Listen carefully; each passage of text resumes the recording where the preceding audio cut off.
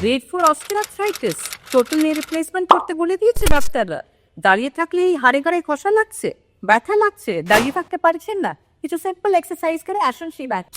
Exercise number 1, হাঁটুটা শক্ত, দুটো হাঁটু বেডের উপরে ঠেলে পায়ের পাতা দুটো টানতা। 1 2 3 4 5 6 7 8 9 10। এক্সারসাইজ নাম্বার 2, সোজা পাটা তুলতে হবে।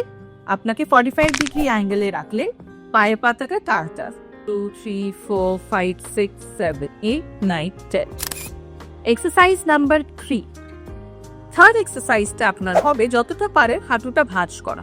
এক একটা করে হাঁটু ভাঁজ করা, ভেতরের দিকে নিয়ে যাওয়া, ভাঁজ করে এই মেঝেতে রাখুন, হিলটা ড্র্যাগ করে আনা, যতটা পারেন ভাঁজ করা, তারপরে সোজা আবার ঠ্যাপ।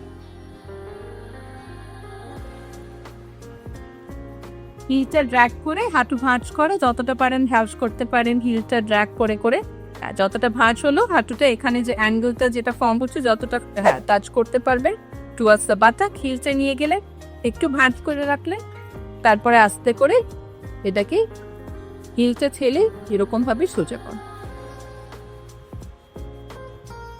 এক্সারসাইজ নাম্বার 4, হাঁটুটা ভাঁজ করা, এরকম উপর হয়ে শুয়ে হাঁটুটা ভাঁজ করা, ভাঁজ করে গোড়ালিটা আপনার কোমরের দিকে ঠেকানোর চেষ্টা করুন। যখন এটা একা করছে তখন অন্য পাটা দিয়ে এটাকে পুশ করতে পারে যাতে আরেকটু ভাঁজ হয়, গোড়ালিটা একটু কোমরের দিকে ঠেকানোর চেষ্টা করবেন। এক্সারসাইজ নাম্বার 5, এবারে হাত দুটো আপনাকে এরকম সাপোর্ট না নিয়ে হাতটা এরকম বেঁধে নিলাম, তারপরে একটা করে পা তোলা, উপরে একটা করে পা তোলা, হাঁটু শক্ত, পায়ের পাতাটা 1 2 3 4 5 6 7 8 9 10।